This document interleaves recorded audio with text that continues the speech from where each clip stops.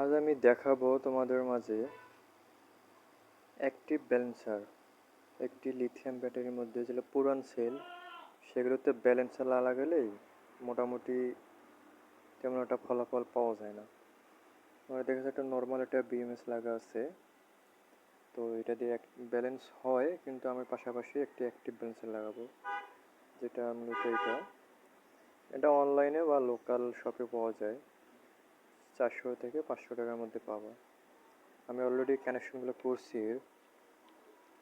এখানে যে কানেক্টর আছে, এই যে ব্ল্যাক কালারটা হইতেছে নেগেটিভ, তারপর একটা হইতেছে 3.3 ভোল্ট, তারপর 6.6 ভোল্ট, তারপর একটা 9.9 ভোল্ট, তারপরটা 30, মানে রেড কালার 4 নম্বর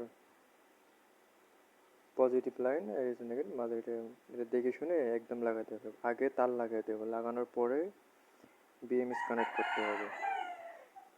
বিএমএস কানেক্ট করলে তো কোনো সমস্যা হবে। তার আগে যদি বিএমএস সহ লাগাও, একটু ভুল হলেই দেখা যাবে যে অ্যাক্টিভ ব্যালেন্সারটা নষ্ট হয়ে যাবে। আমার এটা মোট 60 এম্পিয়ার, টোটাল সেল আছে 12টা। আমি এটা অনলাইনে এক ভাইয়ের কাছ থেকে বানিয়ে নিয়েছিলাম, এই 6,500 টাকার মতো পড়ছিল। এখন আজকে আমি যে অ্যাক্টিভ ব্যালেন্সারটা লাগাবো, আমি অলরেডি লাগাইছি, এখন কানেক্ট করিনি। এখন এই যে আপনাদের সামনে কানেক্ট করব।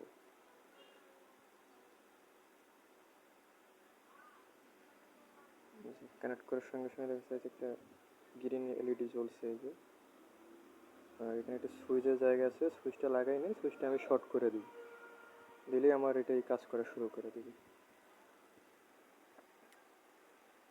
আমার একটাই পরামর্শ, যারা পুরান ব্যাটারি দিয়ে ব্যাটারি প্যাক তৈরি করবেন তারা অবশ্যই একটি করে অ্যাক্টিভ ব্যালেন্সার লাগিয়ে নেবেন। এতে ব্যাকআপ ভালো পাওয়া যায়। সব ব্যাটারির সেলের চার্জ একই রকম থাকার কারণে এখান থেকে ব্যাটারির ব্যাকআপটা ভালো আসে। আশা করি তোমরা সবাই বুঝতে পারছো। এরকম আরও ভিডিও পেতে চাইলে আমাকে কমেন্ট করবে। আর আমার পাশাপাশি আমার সোলার সেট আপটা দেখাইতে চাইতেছি। এই আমার সোলার সেট আপ, এখানে একটা আছে সানকো ব্র্যান্ডের। এটা এক ভাইয়ের থেকে নিয়েছিলাম, জসিম ভাই।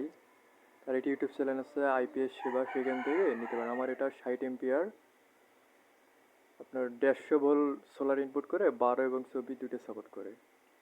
যে এটা আমার কারেন্টের এটা হচ্ছে হাইব্রিড, মানে কারেন্ট থেকে চলবে কিন্তু কারেন্ট থেকে চার্জ হবে না। ব্যাটারিতে যখন চার্জ কম থাকবে তখন ব্যাটারি থেকে কারেন্ট থেকে চলবে, আর দিনের বেলায় সূর্যের আলোয় চলবে।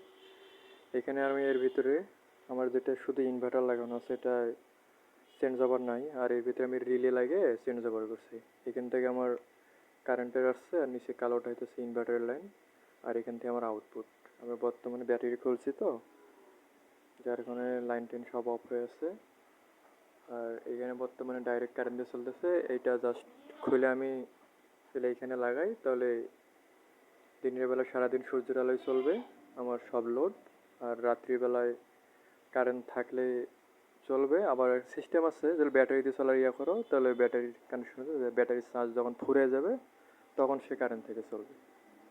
আর আমার এখানে একটা ইনভার্টার দেখতে পাচ্ছি, চাইনিজ একটি ইনভার্টার, লোকাল মার্কেটে সহজে পাওয়া যায় না।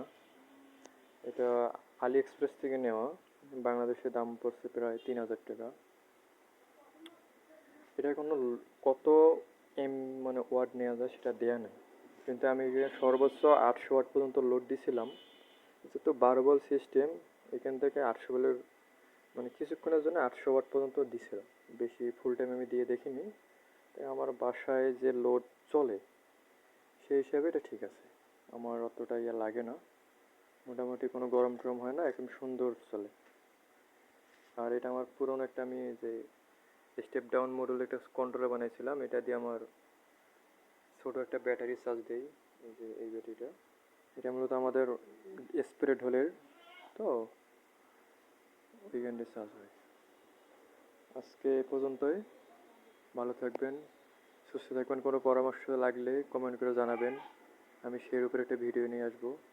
আশা করি ভালো থাকবেন, সুস্থ থাকবেন। ধন্যবাদ।